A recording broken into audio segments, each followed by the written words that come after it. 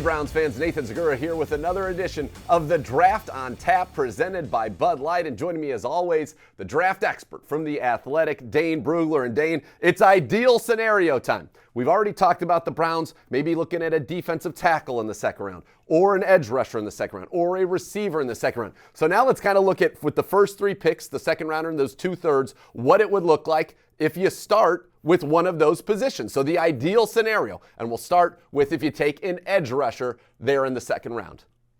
Yeah, and I keep coming back to Logan Hall from Houston in terms of being the most talented and the most realistic that could be there for a guy that's 6'6", 280, played mostly inside in college. But you think about that inside-outside versatility, being able to play on the edge, give him that runway where he can use that length, that acceleration that he gives you with his first two steps. I think there's a lot of ability there, and it gives you that position flex, which his team, we know, loves to do, especially in sub packages. So I love the idea of Logan Hall in the second. Then in the third, going with ALEC Pierce from Cincinnati, a wide receiver with that springy athleticism, can win vertically, can win over top defenders. You're betting on that athleticism for a guy that's 6'3", 210, and thinking about what he could be as he continues to develop. Then in the third round, John Ridgeway, nose tackle from Arkansas.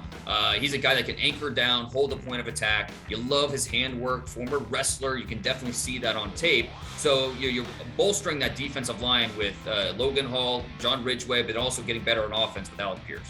All right, now let's look at if it's a receiver that goes in rounds two. And I know if you're Pickens, you're Pickens.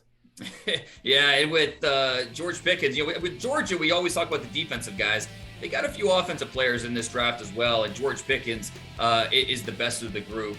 Coming off that ACL injury, we would talk about him as a first-round pick, if not for that injury. But because of that, maybe he does slip there to 44, and a guy that has number one potential as he continues to develop. 6'3", just under 200 pounds, 4'4" speed, graceful athlete. You love his ability down the field, tracks the ball really well, outstanding ball skills. His competitive skills, that's what really stands out the most with George Pickens. So you love that about him and that true number one potential. If they want to go pass rusher in the third, Nick Bonito from Oklahoma, I think that he would make some sense, gives you that burst off the edge, pure speed guy. I think you have to be a little creative with him because he does struggle a little bit versus the run.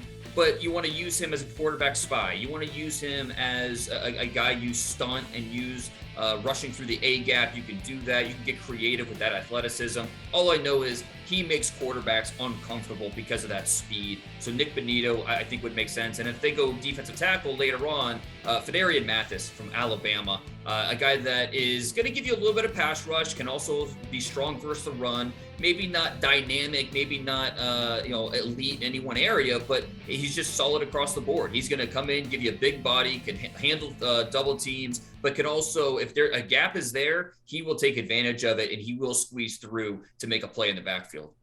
All right, and then finally, now we would be surprised if the Browns go defensive tackle at 44, but if that's the way this draft unfolded and somebody was there that they said, hey, we've got to have, how could you see it going if you start with the defensive tackle and then get the edge receiver combo there in the third round?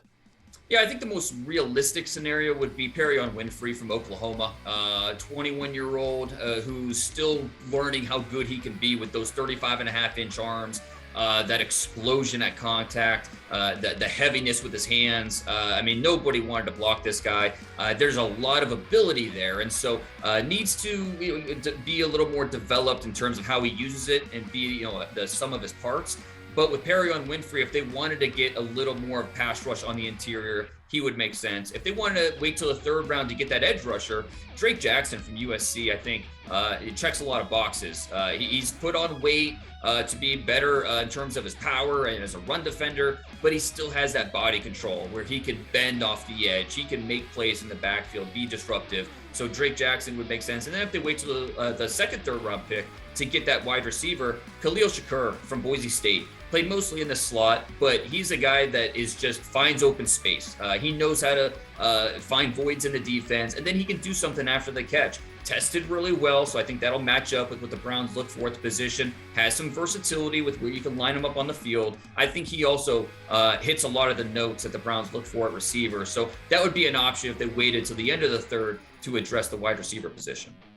Well, folks, perhaps you just got a peek into the crystal ball. After all, it was Dane Brugler who nailed the Browns taking Greg Newsome at the end of the first round in last year's draft. Those are some of the scenarios that could unfold this season for Andrew Berry. Thanks for joining us for another edition of the Draft on Tap presented by Bud Light.